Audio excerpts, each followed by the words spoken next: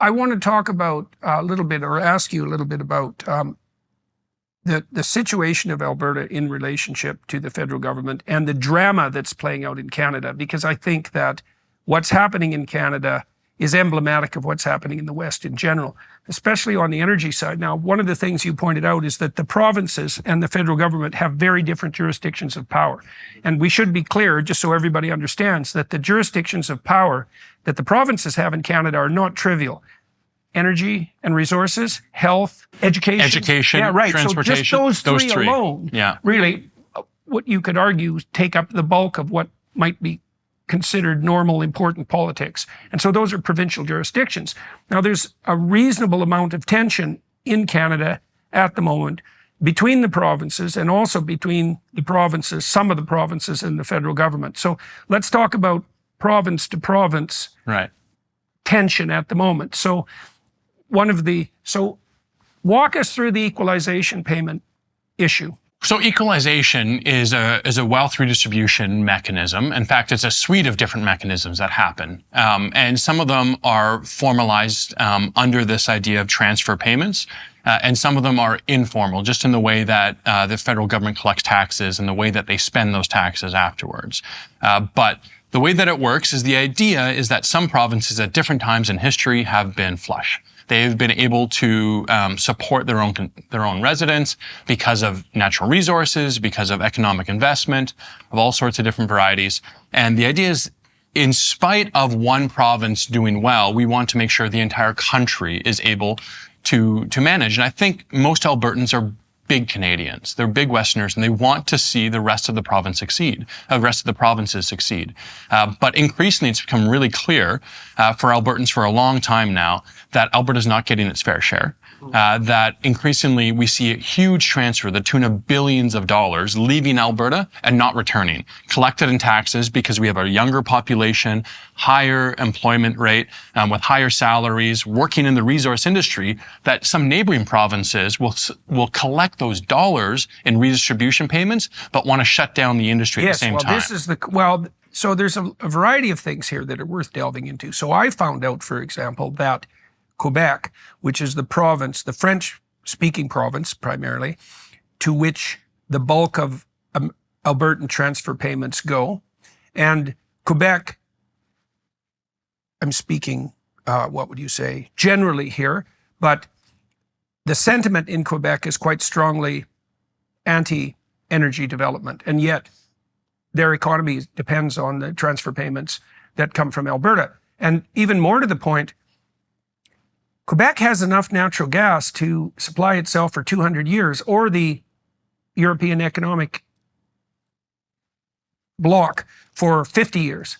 And they've decided, for one reason or another, not to develop those resources, which is a very interesting decision, especially given that they import hundreds of millions of dollars worth of natural gas from the United States, which seems relatively insane, given that it's sitting there right underneath the ground. And so this is something that actually gets my back up to quite a degree, and I don't know if I'm actually reasonable about it, because it's one thing for Albertans to transfer billions of dollars to Quebec, let's say. It's a whole other thing to do so while the Quebec population moralizes about their superiority on the environmental front, while perfectly taking the money that the energy industry is capable of producing. And it's not merely a parochial concern on my part, being an Albertan, let's say. I lived in Quebec. I loved Montreal. There's some great things about Quebec. Don't get me wrong. But their high-handed moralizing with regards to the energy industry is not one of the things that is good about Quebec. And it's also the case, you can tell me what you think about this, most of the people who are bilingual in Canada come from Quebec. And you have to be bilingual, essentially, and correct me if I've got any of this wrong, to work in the civil service. And so what that means, and I've never seen figures to lay this out statistically, is that the denizens of Quebec are radically overrepresented in Canada's version of the deep state. And that also doesn't strike me as particularly good for Alberta's interests. And so one of the things I'm curious about, and maybe this will be the most contentious part of the interview, is I don't understand why Alberta puts up with this. Like, if something radical was done, like, I know this isn't going to happen, and I'm not saying it should happen, but if Alberta said, we're done with transfer payments, what would happen? Well, I mean, the problem is we don't collect the taxes the federal government does. Right. So there's only so many levers we hold. I think Albertans have said politically over and over again, we're done with being treated as second-class citizens within our own country. We're a member of the Confederation. We're a part of Canada. We're providing an economic engine so that Quebec can thrive, so that when the fisheries shut down on the East Coast, we saw thousands upon thousands of folks from Newfoundland and other parts of the Maritimes and Eastern Canada come to Alberta to work in the oil sands in Northern Alberta and Fort McMurray, to work in the oil and gas and the energy industry. And they were welcomed. And I have a friend who married a friend out in the East Coast, and there's this expression out in the East Coast where you're a CFA, a come from away. He's going to have grandkids that are going to own a cottage there, and they're going to be CFAs. Whereas in Alberta, you get a driver's license or a library card, you're from Alberta. Yeah, it's a remarkably classless society. It is. Alberta. And I knew Rex Murphy well, and Canada's most famous Newfoundlander, and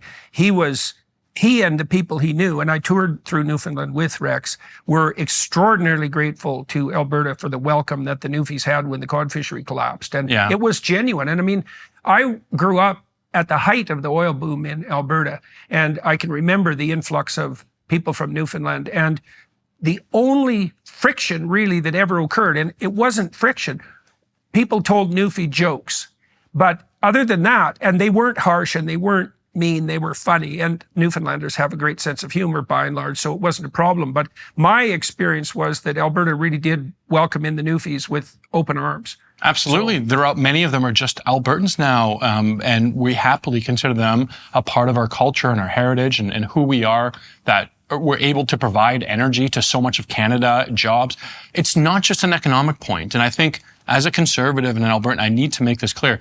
It's a social and a cultural point. This bound Canada together to have two different sides that had very few common experiences. I mean, I went to Newfoundland. I couldn't understand the weather report, but being able to connect through this economic engine of the oil and gas industry in Alberta allowed us to bond together with this distant, far-flung part of the country that only joined in 1949. There is some utility in spreading the risk. Like you could think about the transfer payment structure if it was run fairly as a form of insurance, long-term insurance, right? So when you're doing well, then you can afford to be generous. And when you're not doing so well, then maybe another, like the manufacturing sector might be booming. Alberta, if I remember correctly, was the recipient of transfer payments at some point. Yes. Yeah, I believe so. Yes. I stand to be and Alberta corrected. was also developed to some degree as a consequence of investment in the West by McDonald and the CP rail line, of course. So it can be a deal that works, but at the moment,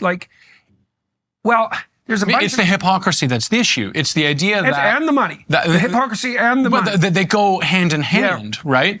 I mean, Brad Wall, a former premier of Saskatchewan, said maybe Quebec will accept a pipeline if we say we'll only deliver or transfer payments through a pipeline. Right, You can't have one without the other. The idea of moralizing about the energy industry that provides, again, not just an economy, but Rex Murphy made this point, it saved countless marriages.